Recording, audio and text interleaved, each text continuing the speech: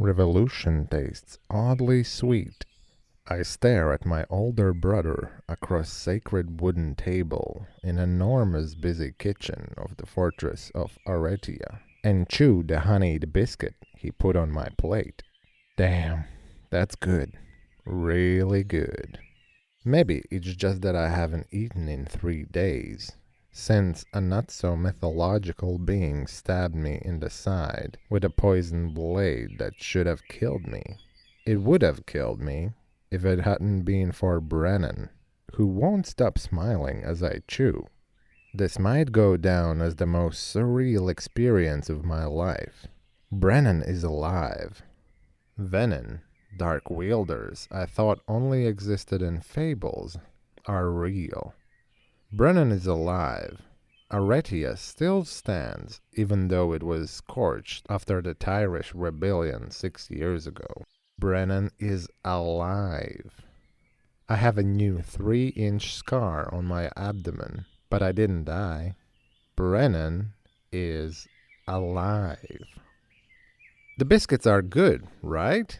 He asks, snagging one from the platter between us.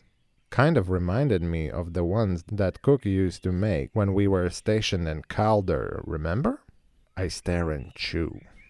He's just so him, and yet he looks different from what I remember. His brownish red curls are cropped close to his skull, instead of waving over his forehead, and there's no lingering softness in the angles of his face, which now has tiny lines at the edges of his eyes. But that smile, those eyes, it's really him. And his one condition being me eating something before he takes me to dragons? It's the most Brennan move ever. Not that Terran ever waits for permission, which means, I too think you need to eat something. Terran's low, arrogant voice fills my head. Yeah, I reply in kind, mentally reaching out for Andarna again, as one of the kitchen workers hurries by, offering a quick smile to Brennan. There's no response from Andarna, but I can feel shimmering bond between us. Though it's no longer golden like her scales. I can't quite get a mental picture, but my brain is still a little groggy. She's sleeping again, which isn't odd after she uses up all her energy to stop time. And after what happened to Risen, she probably needs to sleep for the next week or so. You barely said a word, you know. Brennan tilts his head just like he used to when he was trying to solve a problem. It's kind of creepy. Watching me eat is creepy. I counter after I swallow, my voice still a little hoarse. And he shrugs shamelessly, a dimple flashing in his cheek when he grins. It's the only boyish thing left about him. A few days ago, I was pretty sure I'd never get to watch you do, well, anything again. He takes a huge bite. Guess his appetite is still the same, which is oddly comforting. You are welcome, by the way, for the mending. Consider it a 21st birthday present. Thank you. That's right. I slept right through my birthday, and I'm sure my lying in bed on the brink of death was more than enough drama for everyone in this castle, house, whatever it's called. Xaden's cousin Bodhi strides in the kitchen, dressed in uniform. His arm is in sling, and his cloud of black curls freshly trimmed. Lieutenant Colonel Azare, Bodhi says, handing a folded missive to Brennan. This just came in from Bazayath. The rider will be there until tonight if you want to reply. He offers me a smile, and I'm struck again at how closely he resembles a softer version of Xaden. With a nod to my brother, he turns and leaves. Bazayath? Another rider here? How many are there? Exactly how big is this revolution? Questions fire off in my head faster than I can find my tongue. Wait, you're a lieutenant colonel? And who is Asaya? I ask. Yeah, because that is the most important inquiry to make. I had to change my last name for obvious reasons. He glances at me and unfolds the missive, breaking a blue wax seal. And you'd be amazed at how fast you get promoted when everyone above you continues to die. He says, then reads the letter and curses, shoving into his pocket. I have to go meet with the assembly now, but finish your biscuits and I'll meet you in the hall in half an hour and take you to your dragons. All traces of the dimple of the laughing older brother are gone, and in their place is a man I barely recognize. An officer I don't know. Brennan might as well be a stranger. Without waiting for me to respond, he scrapes his chair back and strides out of the kitchen. Sipping my milk, I stare at the empty space my brother left across from me. Chair still pulled out from the table, as though he might return at any moment.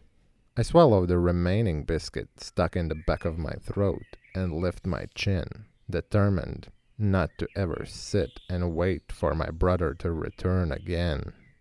I push up from the table and head after him, out of the kitchen and down the long hall.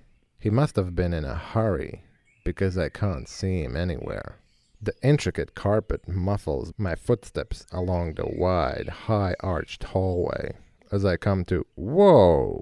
The sweeping, polished double staircases with their detailed banisters rise 3, no 4 more floors above me. I'd been too focused on my brother to pay attention earlier, but now I blatantly gawk at the architecture of the enormous space. Each landing is slightly offset from the one below, as though the staircase climbs toward the very mountain this fortress is carved into. The morning light streams in from dozens of small windows that provide the only decoration on the 5-story wall above the massive double doors of the fortress's entrance. They seem to form a pattern, but I'm too close to see the whole of it. There's no perspective, which pretty much feels like a metaphor for my entire life right now. 2 guards watch every step I take, but make no move to stop me when I pass by. At least that means I'm not a prisoner. I continue to stride through the main hall of the house, eventually picking up the sound of voices from a room across the way, where one of the 2 large ornate doors is pitched open. As I approach, I immediately recognize Brennan's voice, and my chest tightens at the familiar timbre. That's not going to work, Brennan's deep voice echoes. Next suggestion. I make it through the massive foyer, ignoring what look to be 2 other wings of the left and right. This place is astonishing. Half palace, half home, but entirely a fortress. The thick stone walls are what saved it from its supposed demise 6 years ago. From what I read, Riorson's house has never been breached by any army, even during the 3 sieges that I know of. Stone doesn't burn. That's what Xaden told me. The city, now reduced to a town, has been silently, covertly rebuilding for years, right under General Melgren's nose. The relics, magical marks, the children of the executed rebellion officers carry, somehow mask them from Melgren's signet when they are in groups of 3 or more. He can't see the outcome of any battle they're present for, so he's never been able to see through them organizing to fight here.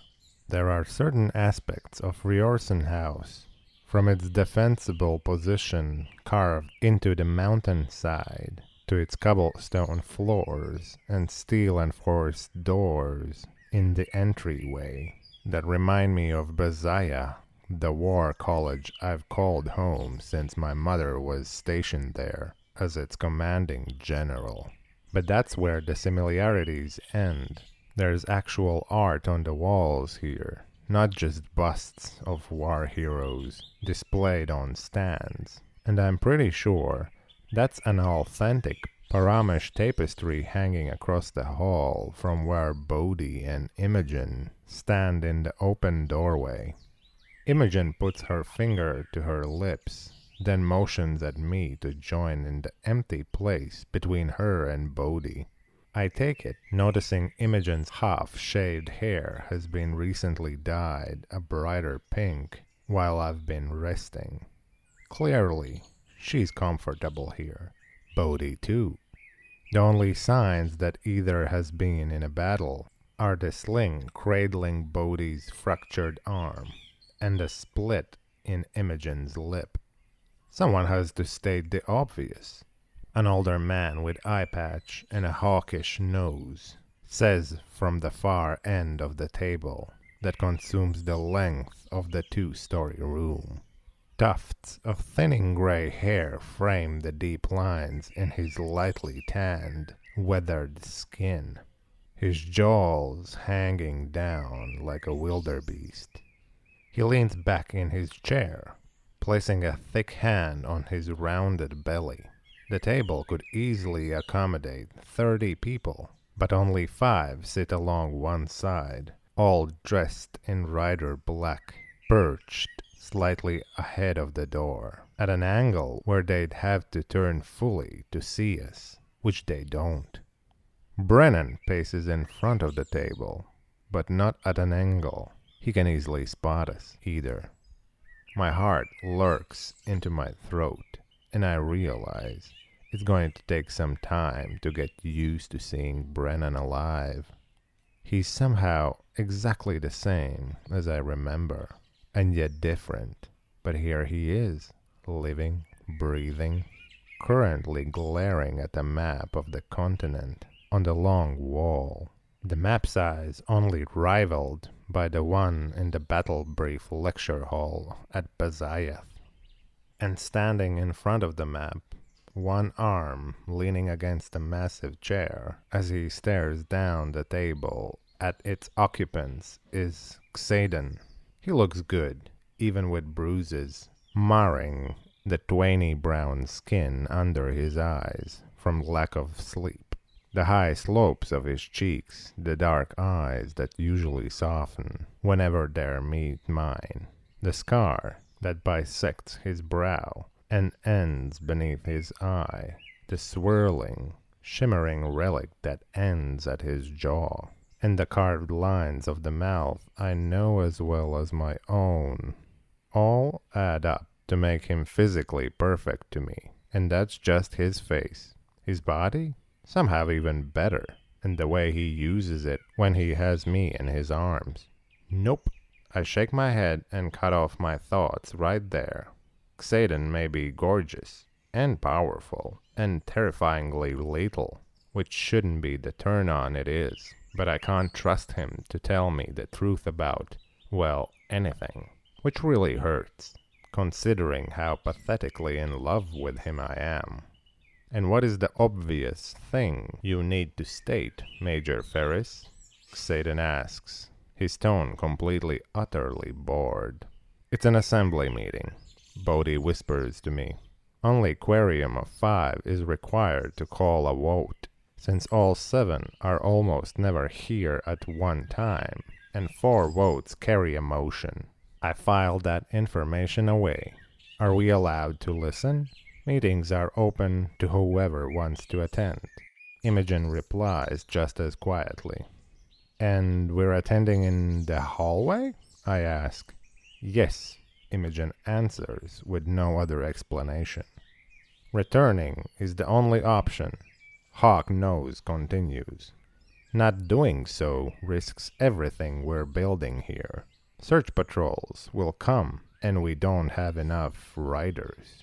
It's a little hard to recruit while trying to stay undetectable. A petite woman with glossy hair like a raven's counters.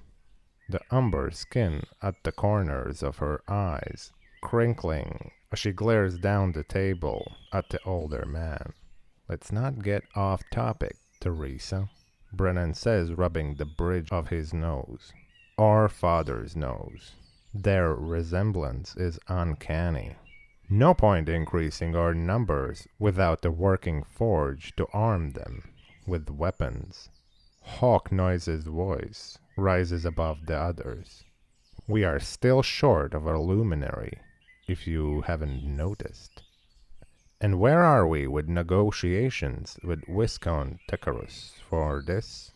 A large man asks, in a calm, rumbling voice, his ebony hand tugging at his thick silver beard. Viscount Tecarus? That isn't a noble family in any Navarian records.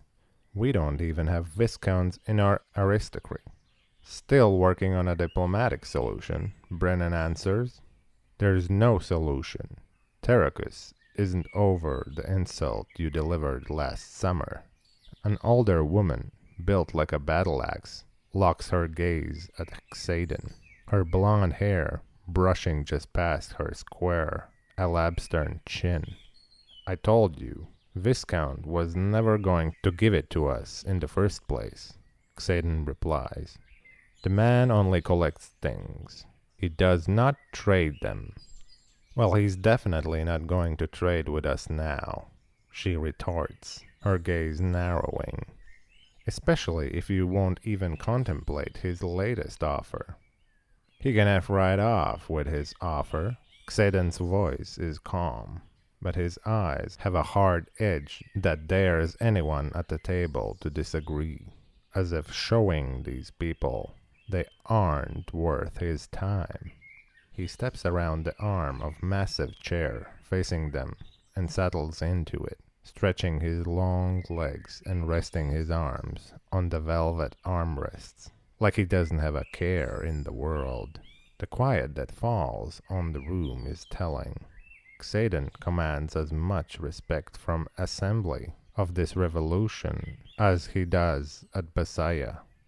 I don't recognize any of the other riders beside Brennan, but I'd bet Xaden is the most powerful in the room, given their silence. For now, Terran reminds me with the arrogance only 100 years of being one of the most formidable battled dragons on the continent can provide. Instruct the humans to bring you up to the valley once the politics are finished. There had better be a solution if we can't supply the drifts with enough weaponry to really fight in the next year. The tide will shift too far to ever hope of holding the Vernon advance at bay. Silverbeard notes, this all will have been for nothing. My stomach pitches. A year? We're that close to losing a war I knew nothing about a few days ago. As I said, I'm working on a diplomatic solution for the luminary. Brennan's tone sharpens. And we're so wildly off topic, this is the same meeting. I vote we take Besiah's luminary, Battleaxe suggests.